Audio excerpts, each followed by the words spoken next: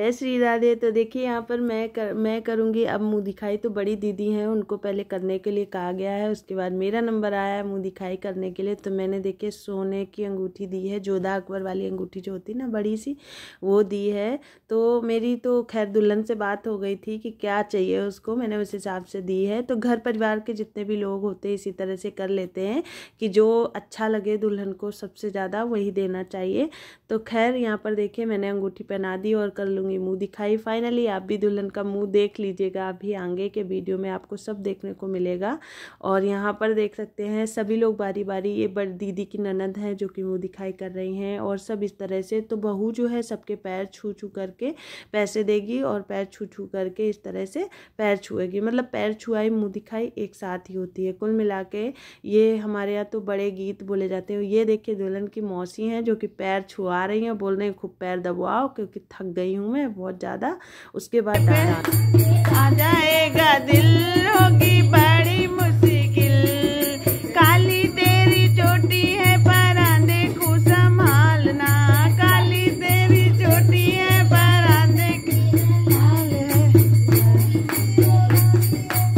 देखो। उसके बाद देखिए यहाँ पर नानी है जो कि गले का मंगलसूत्र दे रही हैं और इन्होंने नानी ने 1 लाख रुपए भी दे दिए, मतलब साथ में चेक भी दिया था।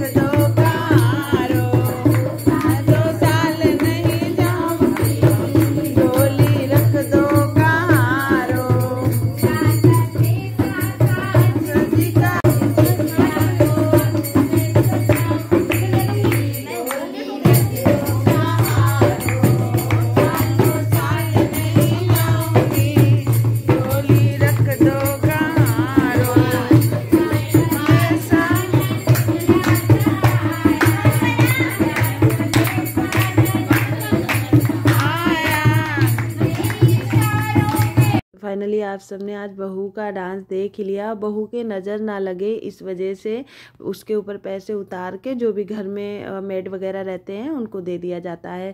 उसके बाद दुल्हन रानी जो है बहुत ज़्यादा थक गई थी तो उनको अंदर लाया गया है, क्योंकि बड़े गीत का मतलब होता है जितने भी घर परिवार के लोग और बाहर के लोग जितने भी लोग होते हैं ना उस दिन आते हैं और मुँह दिखाई होती है। तो दुल्हन को काफ़ी अच्छे से खासे टाइम तक रखा गया था, बैठी रही। उसी दिन सुबह में विदाई होके आई है। तो फिर हम लोग यहाँ बैठे सब गप्पे लड़ा रहे हैं और यहाँ हो रही है जूड़ा खोलने की रस्म।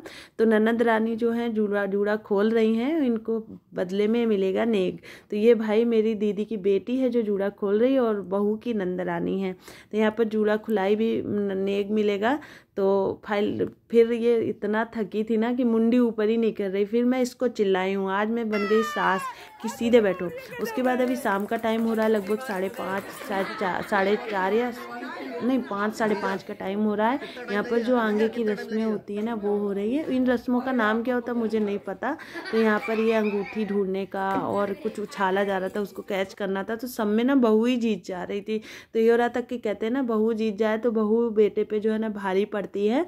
तो यहाँ पर तो फिलहाल तो सारे गेम में बहू जीती है, कभी बेटा जीता है। तो ये सब जीत हार तो चलती रहती है। जीवन भी जो है गाड़ी के 2 पहिए की तरह है, दोनों पहिए ही गाड़ी में बहुत ज़रूरी हैं। तो फाइनली इन सब के जीवन की शुरुआत हो चुकी है इन दोनों के।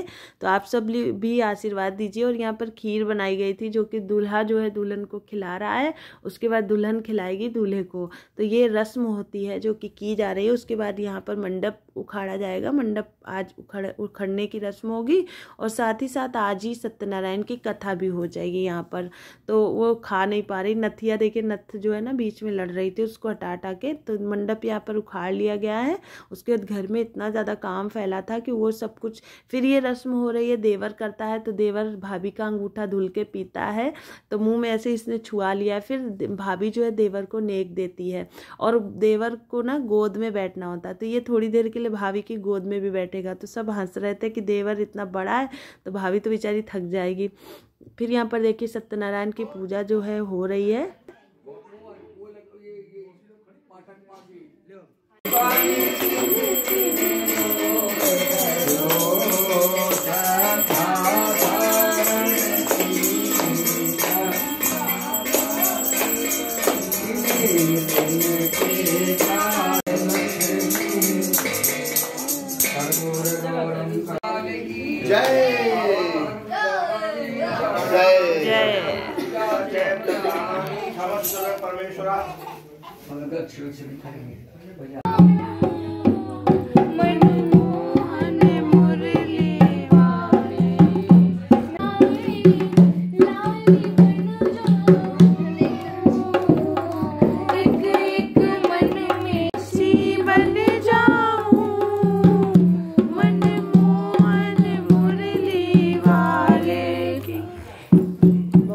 दुल्हन को गवाया नचाया गया कि बेचारी थकी गई हुई है। अगले दिन सुबह की बात है, अभी नहाना धोना मेरा तो नहीं हुआ है। उसके बाद देखिए मेहमान जो है भैया भाभी जा रहे थे तो इनको दीदी सब दे रही थी जो भी दिया जाता है। और जितनी भी मामियाँ थी ना, जो उन सबको दिया गया है पायल। तो खैर मुझे भी मिला है और ये भी मामी है, सबसे बड़ी मामी ये है। फिर उसके बाद हम सब लोग हैं और लोग।